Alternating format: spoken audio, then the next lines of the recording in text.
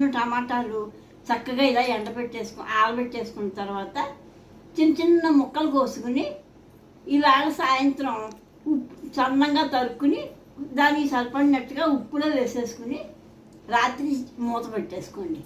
పొద్దున్నే లేచి ఈ టమాటాలు ముక్కలు తీసేసి ఆ రసంలో ఈ చింతపండుని నానబెట్టేసుకుని సాయంత్రం దాకా ఇలాగా ఈ పల్లెల్లోనూ శుభ్రంగా వేసేసి ఎండబెట్టేసుకోండి సాయంత్రం దాకాను. అంతే, ఒక్కరోజు ఎండ చాలు.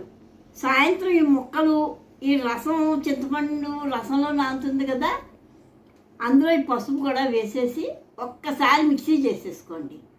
కచ్చాపచ్చాగా మిక్సీ మరీ లక్కలా చేసుకోకండి. అలా చేసుకుంటే లేహంలా అయిపోయి టేస్ట్ కూడా చక్కగా బాగోదు అంతగాను. అది చేసుకున్న తర్వాత బాండీకి పెట్టుకుని మూకులు పెట్టుకుని పొయ్యి మీద ఈ గిన్నె నూనె పెట్టుకోండి. ఓ గిన్నె నూనె